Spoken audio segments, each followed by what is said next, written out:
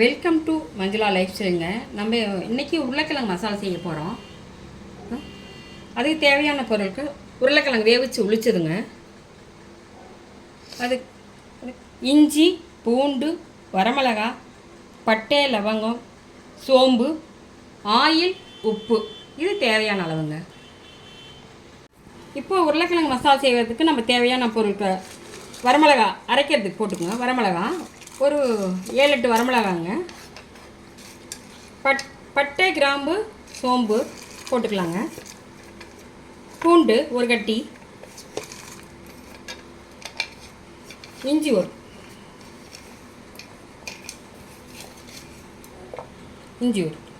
ஒரு துண்டுங்க, இந்த அளவு ஒரு துண்டு. இதை அரைச்சிட்டு வந்துடுவாங்க. கொஞ்சம் தண்ணி ஊற்றி நல்லா மைய அரைச்சிட்டு வந்துடுவாங்க. நல்ல மைய அரைச்சாச்சுங்க. நல்ல மைய அரைச்சிட்டோங்க. இனி நம்ம தாளிச்சு விட்டுறலாங்க. பாருங்கள், நல்ல மைய அரைச்சாச்சு. நம்ம தாளிச்சு விட்டுறதோ அதை பார்ப்போம். அரைச்சாச்சு. தேவையான ஆயில் ஊற்றிக்கலாங்க.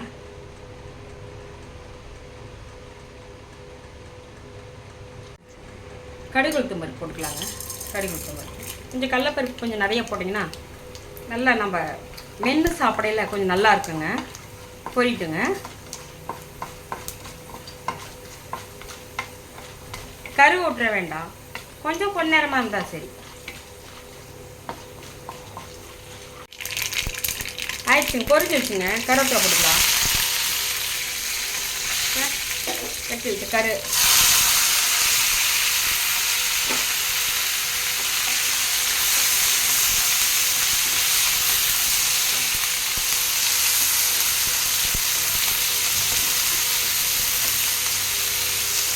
நல்லா வணங்கட்டுங்க. ஒரு 1/4 டீஸ்பூன் மஞ்சத்தூளுங்க.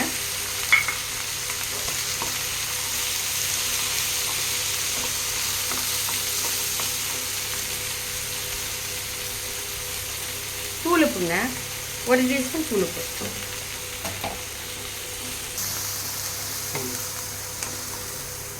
வெங்காயம் வணங்கிடுச்சுங்க. நம்ம இந்த அரைச்சி வச்ச மசாலாவை போட்டுருவோம்.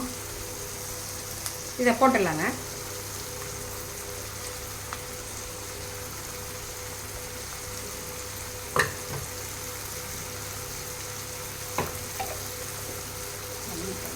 இந்த கொஞ்சம் ஒரு 1/4 டம்ளர் தண்ணி இதில் ஊற்றிக்கலாங்க. கொஞ்சம் வணக்கட்டுங்க.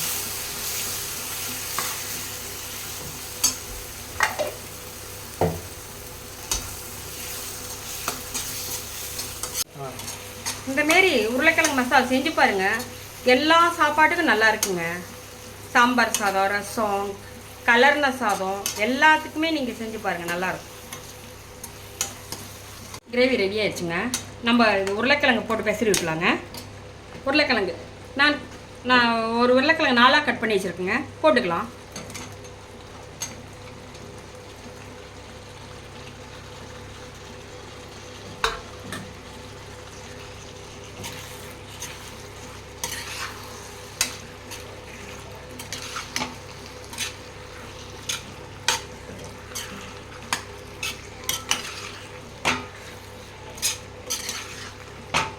நம்ம பச்சை பட்டாணி வாங்கி உளிச்சு இதில் போட்டோன்னு வைங்க, இது நல்லாயிருக்கும். இன்னும் நல்லாயிருக்கும். பச்சை பட்டாணி வாங்கி உளிச்சு இதில் போட்டுட்டோம்னா இன்னும் அருமையாக இருக்குங்க.